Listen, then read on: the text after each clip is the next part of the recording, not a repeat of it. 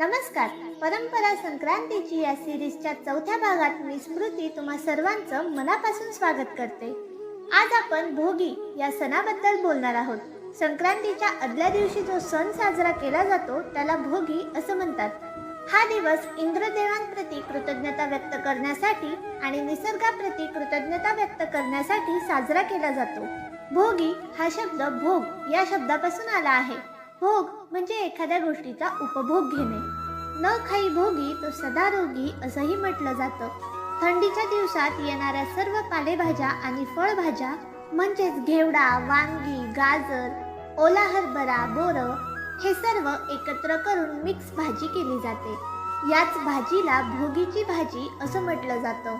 आणि उष्णता मिळावी म्हणून बाजरीच्या भाकरीला तीळ लावून ती भोगीच्या भाजीसोबत खाल्ली जाते. आता भोगीसाठी हेच जेवण का असतं असा तुम्हाला प्रश्न पडला असेल, परंतु याच जेवणातून थंडीत आवश्यक असणारे सर्व घटक शरीराला प्राप्त होतात. या दिवशी जुने सर्व विसरून नवीन सुरुवात केली जाते. तुमच्याकडे भोगीला काय वेगळं केलं जातं हे मला कमेंट्स करून नक्की सांगा. लवकरच भेटूया परंपरा संक्रांतीची या सिरीजच्या 5व्या भागात.